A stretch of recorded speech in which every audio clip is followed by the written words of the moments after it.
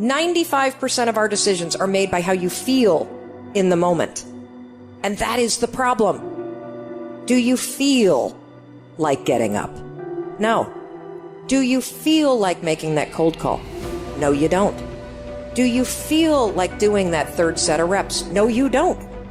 We make decisions based on our feelings, and that is robbing you of joy and opportunity. So the core difference in people is, how do you produce certainty when the world isn't giving it to you? You go out and you try, in your case, you're 100,000 in debt and nothing's working.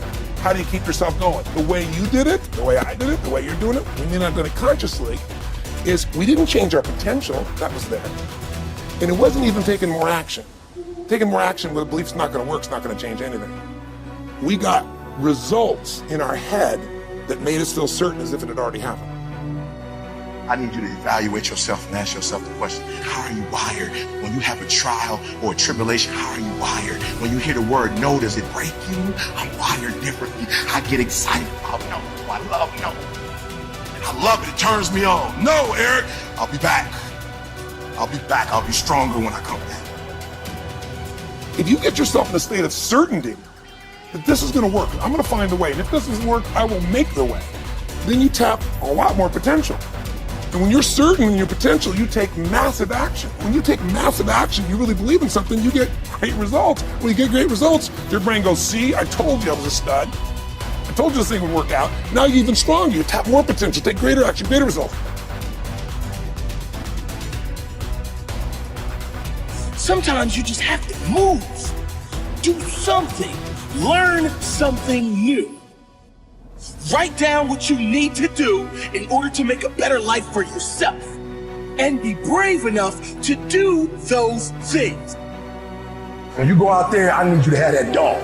When you get out there, I need you to kill or be killed when you get out there. We ain't playing no more. We ain't taking no prisoners no more. When you get out there, whatever you can get, go get it. Because they gonna get it before you get it. And they ain't gonna give it to you. So you go out there and get what's yours. And that moment that you finally begin to break through and build something extraordinary, in that moment, the realization is that it was always you trying to figure out how to become the best version of yourself and ask one simple question: how extraordinary can I become? What am I capable of? What are my limits? How far can I push myself in this time that I have on this earth? Exactly how much of my potential can I wring out of myself? How much can I become capable of? How far can I push myself? What can I build? How can I change this world? But all by doing one simple thing: pushing myself to get better every day. And as Napoleon Hill said, strength and growth come only through continuous effort and struggle. One of my first mentors said that we're the only creature on the planet that's totally disoriented in our environment.